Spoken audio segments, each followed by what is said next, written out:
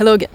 A bit of a different format, but I wanted to talk more about my process behind the creative projects that I'm pursuing and give you a general update in terms of just where I've been at in terms of all of that.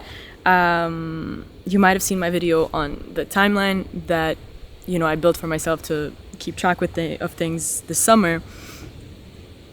And I think I need this moment to just sit down and kind of like talk into nothing about everything that I've done, that I haven't done, that I want to be doing, that I know how to do, that I don't know how to do. And I think this could also be a cool opportunity to sort of connect more on that like creative side, which is my intention. And I think it might be a good idea in that case to start honestly by like exploring what I wanted to do with this channel and what I've done so far, why I've done it, and then kind of how I feel about it now. Because I think for context, where I've been recently is that I'm finishing up my internship, and with all of that I think I'm kind of like starting to reflect a tiny bit on the creative work that I've been doing for the first half of the year and where I want to go with that moving forward.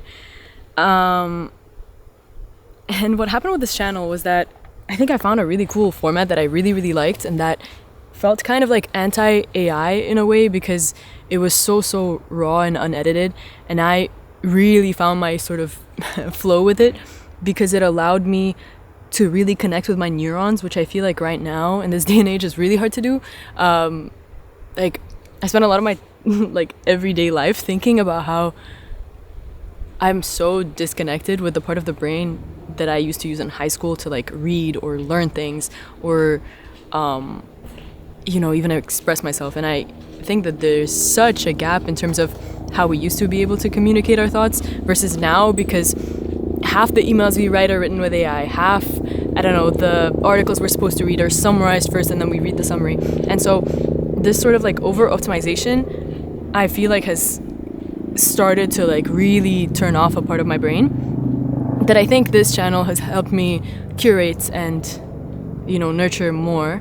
And there's definitely a part of me that wants to do more of that, but I think somewhere down the line between the first video this year that I posted and like one of the few last ones, the format started to feel replaceable. Like you could generate it with AI. Like if you wanted to, you could search up what would the next video on this channel be, and it would be not exactly, but like it would be very easy to predict the format, the type of things. And I think creatively that started to feel more draining than exciting. And I think that's also why I've kind of taken a tiny bit of a step back from a lot of my projects, just because I think all in all it's been such a weird landscape in terms of media, because so much, it's like all of a sudden everything that AI could potentially replace is a boring pursuit. I'm struggling to fully like understand where my brain is going with this, but yeah. And so I think what I want to do more of in general on my social media is like less convey information that could easily be replicable or and just a point on this is like it's less about me not wanting to do the work that's replaceable and more about me wanting to explore thoughts and ideas and like creative pursuits that feel more unique in the making, because the end product isn't so much what I mean in terms of, it's like realistically if someone can remake my video with AI, I really don't mind, but the making of all of a sudden is something that I'm kind of like am reflecting on.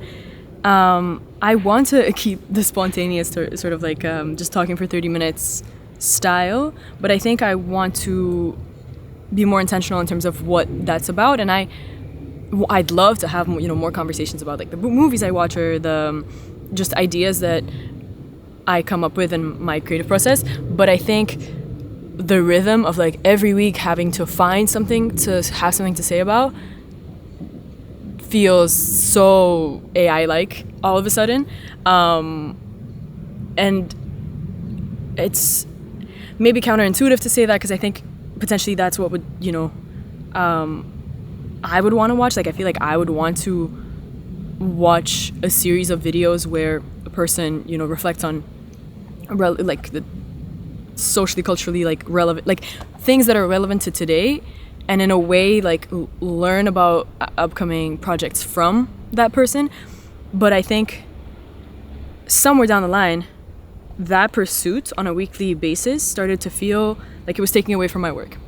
And this is sort of like where I'm coming with this, is that I think I've come to the realization that actually the whole reason why I started posting this year on YouTube or on Instagram, whatever, is to document my process as a way to push myself to actually commit to the creative projects that, would otherwise just stay in my notes app. And I think, the first video of this batch on my channel that you can find is very much that. Like, it's kind of like, I'm this artist that's busy doing other things. These are my thoughts in hopes of connecting with other people who feel the same way. And, the intention is to show the process and kind of connect through that. And I think that all of a sudden creates a different dynamic, which isn't that of like, oh, here's something you might not have seen in the media or like haven't thought about or whatever. And all of a sudden it's kind of just like, you're doing your things, I'm doing my things. And this is kind of like just a conversation on like, like, okay, this isn't working, this is. And I think especially because when you pursue creative projects, you're kind of like on your own versus, if you work in a company 9 to 5 and like you have an entire team working on the same project. If you're a freelancer, if you're an entrepreneur, if you're an artist, these are kind of like more solo pursuits, I guess.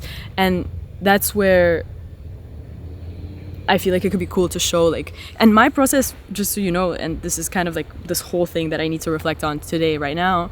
My process is a mess because I tend to prioritize like advertising, like commercially relevant versions of what I want to be doing. So if I want to make movies, I'm much more likely to somehow end up going down the like advertising lane than actually commit to a movie, because that feels so much more uncertain and precious, but like in a way that kind of intimidates me still. And I think especially as I grow up and as like, what are you going to do with your career questions come up, I'm more and more likely to just default to the commercially relevant versions of what I want to be doing. And I think that's what I've been doing. And that's kind of like the vibe that I've gotten from my internship, from this YouTube journey, and same thing, I think, with Instagram. So this is just like background thoughts. Anyways, I remember the first video this year that I posted on YouTube, my friends and the comments as well were kind of like, like you should probably kind of like outline your ideas beforehand. And it helped for a second there. And then it started feeling like I was scripting my videos, even though I wasn't. And then my thoughts weren't coming out as naturally. It was kind of like me trying to remember what I meant while writing the script.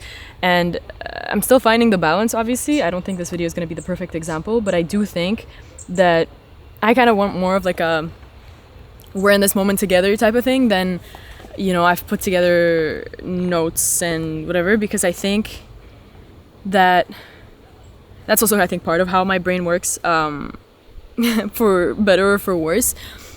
Anyways, so all that being said, I do have a few projects that I need to literally, like right now as we're talking, figure out what I'm doing with.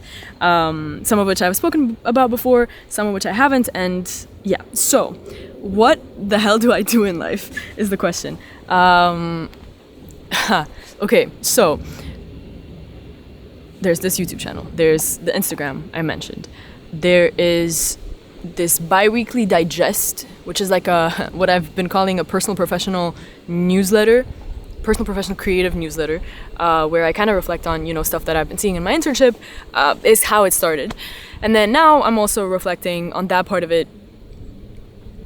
That digest has to become a monthly thing, because in a month I can gather enough things on the side to write about, but when it's bi-weekly, I just feel like most of my time just goes to, drafting or researching ideas to talk about in the digest, and that also was not the point. So what all of these projects are taking away from are, I have a poetry collection that I wrote 2 years ago that, while I was writing it, it really felt like I was just writing notes. And I had the idea of publishing it, but I think I was really uncertain of myself. And I'm not saying that it's a great collection of writing. In fact, it's probably not the best work, because I really I wrote it in a I went into a trance of how I was feeling, and I just wrote out of that place, and there's no part of my brain that was actually used in the process, in the sense of there was no part of me that was thinking about what I was writing, and it just fully whatever flew onto that page is what that collection is. But now, having found it again, having read through some of the examples, a part of me is kind of reconsidering it, because I think it could be cool to just have it printed for myself, and then if people want to read it, I think there are elements of it that I'm really excited about, because it's a collection of poetry in 5 languages, and I don't speak 5 languages, which I think that's the part that excites me the most, because I wrote a few poems in Moroccan Arabic, Derija, but I don't speak Derija is also the problem. And I think I really wrote those few poems that are essentially just I know maybe I know the word you, I know the word me, I know the how to count, and that collection of poetry has poems in Arabic, in Moroccan Derija, purely out of that vocabulary set that I have, which I don't know, it's an attempt, you know what I'm saying? If I had to say, I don't know how to explain it. I'm not saying it's great poetry, I want, my intention with this is kind of not with this in general, but just I kind of really want to read Moroccan poetry, but not literary Arabic poetry. For I do want to read literary Arabic poetry as well, but for that, A, I have to learn Arabic, and B, I think Moroccan Darija has Moroccan Darija, but also any other dialect of Arabic, because these are dialects that are used for everyday life, and literary Arabic is what's usually used for poems and writing. I think that's what makes them so much more special and real and textured to write in.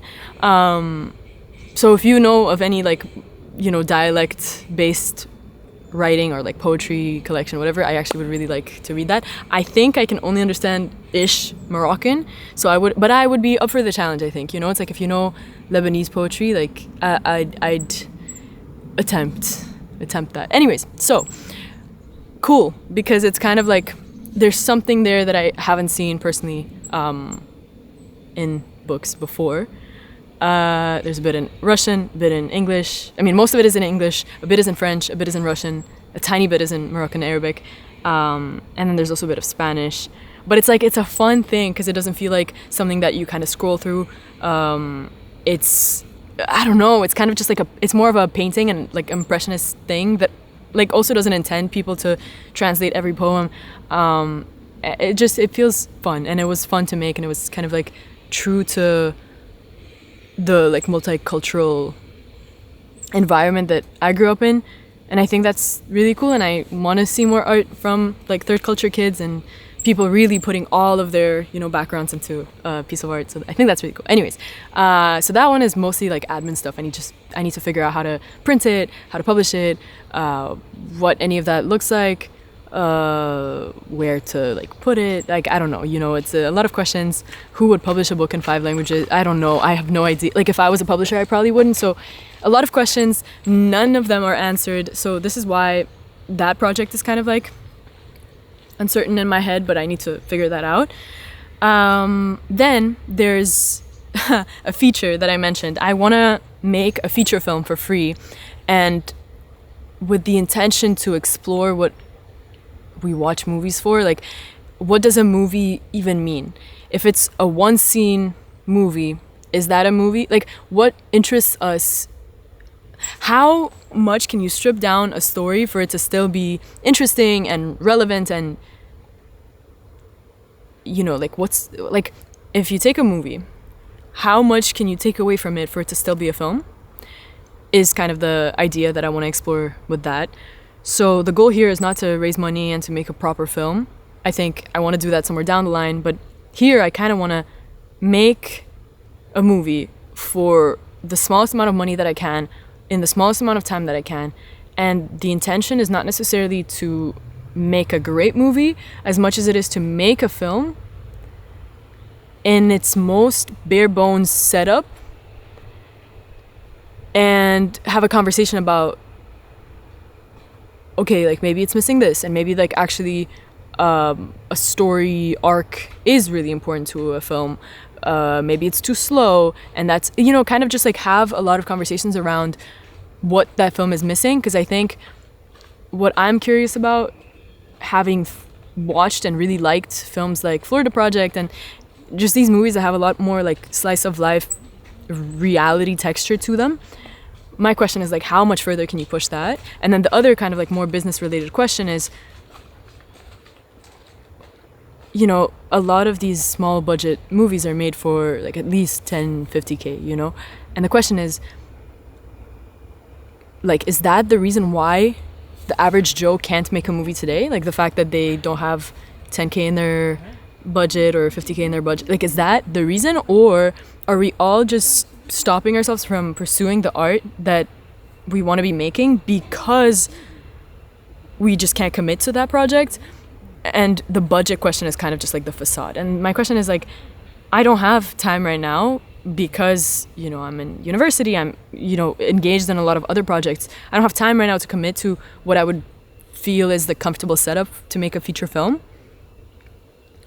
And I've used that excuse, like not excuse, like I haven't even considered making a film, like a proper film. Like, you know, a short film has been in the back of my mind, but like I haven't considered making a full-length movie just because it's like, I can't do this full time right now, so I guess it's like not even worth the thought. And obviously like that is a, you know, some like a thought that we should discard altogether, but realistically, like, is it even possible to use the bare minimum resources and make something that is at least somewhat watchable, is the question there. What's blocking me there? I think like because it's such like a cool project that I, you know, I'm intellectually excited about, I've just been avoiding it through, you know, the digest, through YouTube, through Instagram, and just like making anything but this, when this is kind of like the main priority in a way. Even saying this right now is kind of weird because I think I haven't committed to it, and so I'm telling you this, but I feel like, well, if I don't have time to do this before school starts again, I just won't do it. And that's also something that I like, no, like, you know, I just want to get it done. If I need to film it in one afternoon, which is a crazy thought, it should probably take longer than that, I hope. But if I need to get that, like, really, this is an experiment. Like, this is not a movie production. It's an experiment that I want to take seriously, or as seriously as I can within the, you know, constraints. But I want to take it seriously. So I'm glad that I'm saying this out here. And the other project that I have, but again, same thing, it's like there's so many reasons why it intimidates me and I feel like I'm not ready and all of these things. And I'm not saying this like from a creative point of view, like I think I could, it's basically either an interview or a documentary or a series of interviews that kind of shape a documentary around the way that our society makes sense of sexual assault. The stories we hear about it, the way we talk about it, and how it's actually a problem that is treated like an individual problem, but it's actually one of those, it's like a community and a collective problem that, you know, hurts society as much as it hurts individuals, because it's like a domino effect type of thing. It, like, I haven't fully formed the thoughts that I wanted to sort of communicate from my end into it, but I could, like, this is the project that I can sit down and just write the, you know, treatment. But I think one of the problems, I think, with this one, but also one of the reasons why I want to make it as well, is that I think we don't know, like, it's obviously a generalization, but I think we as a society, and I would say a global society, don't know how to talk about sexual violence, or even the words that we have around this topic are weird, because it's the kind of thing where linguistics play a big part, because how you phrase it, you know, how you say things around this topic in terms of linguistics assigns meaning to different sides, and like there's so much that goes into it behind the scenes and how we talk about it. That's one. Two, we just don't talk about it in a big way. Like, we just don't. I don't know if it's that we don't have the tools, or we don't have the spaces, or whatever it is. It remains such like an isolating, not isolating, but it's like it remains such like a chamber of silence, you know. And I think a part of, and even the fact that I'm, you know, scared or uncertain in terms of how to make it, or how to talk about, or what to say about it in this project, is literally part of what I'm talking about, because we're not equipped as a society to address these topics. There's no space. It's not treated like a problem that we all, you know, should be thinking about, should be talking about, should be, you know, considering. And then like, but it is like the I think the best thing that we can do is make those attempts to talk about it in an ugly way, in the wrong way, because in part what we say, even if it's the wrong thing, shows what we as a society believe about it, or are taught about it, or just like what they're like, the society influence that kind of covers all of that. And the other thing is also that the more we talk about it I say every day, but obviously not every day necessarily, but just like in a frequent enough and like consistent way, the more I think we can actually shape society and like be conscious and aware of like just how, we should do a like count to the amount of filler words that I've used in this video. I think I use more of them because I can't see my reflection in front of me. But yeah, I think it's a big one. It's one that I would want to do well, and that, you know, obviously puts too much pressure on it altogether. And I do think that it's worth doing even if I do it wrong, but I also kind of don't want to do it wrong just because of how important of a subject it is. So that one I'm unsure about. I wanted to do an interview with the therapist for it. Then I was thinking maybe I would do 4 conversations with a therapist, like spread across maybe a year and a half or something, to kind of like space them out and like show some kind of evolution of ideas, because I think my intention with it is just to show that we should be talking about it. Like, the tentative title for the project is "Can we talk about sexual assault?" Then I guess the idea evolved to maybe I should just talk to like anyone I can find about it, but I think there's a part of me that's resisting that idea because it feels too not controlled enough, in the sense of like, if I want to say something with it, having it be like a super open discussion with everyone kind of brings in people that maybe aren't as curated as I would want to be for like a thing like that. And because I do want to say that, like, obviously the intention is not to just document what people think about it or people say about it. I think it's to have a very specific conversation. I don't know. It's just like, I think that one is kind of like an emotional and intellectual reach of a project, whereas like the feature film, you know, is just a fun thing. Yeah, I think those are kind of the big ones. The other thing is that, like, even throughout my everyday life, I want to do more of like tiny creative exercises. So, if I'm posting on Instagram, I kind of want to do more artistic, experimental pieces. Maybe like a poem or like a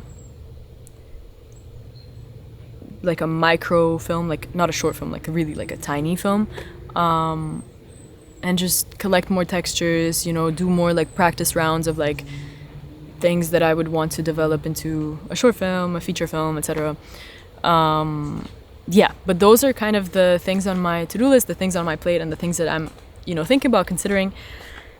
I do realize that I don't feel like I've found the solution to any of the things, but I think outlining them for myself and sharing them with you kind of helps with accountability or something like that. And so I think right now, because I'm finishing up my full-time job and I'm kind of like in a bit of a transition place, there's a lot of like conceptual elements to my process. Like there really isn't anything that I could like show you right now. I mean, I could sit down and like draft a page of the feature, but that feels kind of like I don't know, it doesn't feel like an idea that would like be exciting to watch or whatever. But I think maybe like down the line, like if next week I'm halfway through the script, maybe that could be cool. But yeah, as I said, my intention is kind of to showcase more of the process, and I think the videos that I've been making will come back, but more as elements integrated into what I'm doing. So if if I have a reference piece for a project, I think it could be cool to talk about that, but I'm kind of putting on pause this sort of like aimless exploration of media and art, and trying to focus more on making things. And I think that might be something that you relate to, just because I feel like that's such a thing that we as artists, as creative people, like feel, because obviously it's like if you like movies, you're going to be wanting to watch movies and hear other people's stories, but also that shouldn't ever come at the expense of your own. And yeah, I think I don't know if there's anything that this sort of phase in my creative journey is telling me, it's that I think there will always come a time, and it's the whole spiral thing again, but it's like there will always come a time where all over again you're intimidated or you're like scared, but not in I feel like the word is too big for what it is, but it's, I would say, intimidated by the art that you want to be making, or the art that's, or maybe not even art, just the things you want to be saying to the world. And I feel like it's so easy to feel like you're not the right person, or you don't have the right credentials or credibility to pursue that project or to talk about that thing. And I don't have anything to say other than that, like that it will feel like that. Because I don't think any advice in terms of this is gonna like solve it. It's just like it's gonna feel like that for a while, or like until you make those things, and you might mess them up. Like there's no way out of that feeling other than to just be like, yeah, that's how I feel, and just to go it's the whole thing of like the only way out is through, and in this case the only way out is through the intimidation, through the project that feels too big. Yeah, I guess that's my update for today. As always, yeah, I'll see you hopefully next week. And if I'm not here next week, you know that that's because I haven't actually committed to any of these projects, and that's something to, keep myself accountable on. All right, that was cool. It was nice also to be outside when like I spend my entire day working. This is my lunch break, by the way. Yeah, super cool. Yeah, I'll see you next week, hopefully.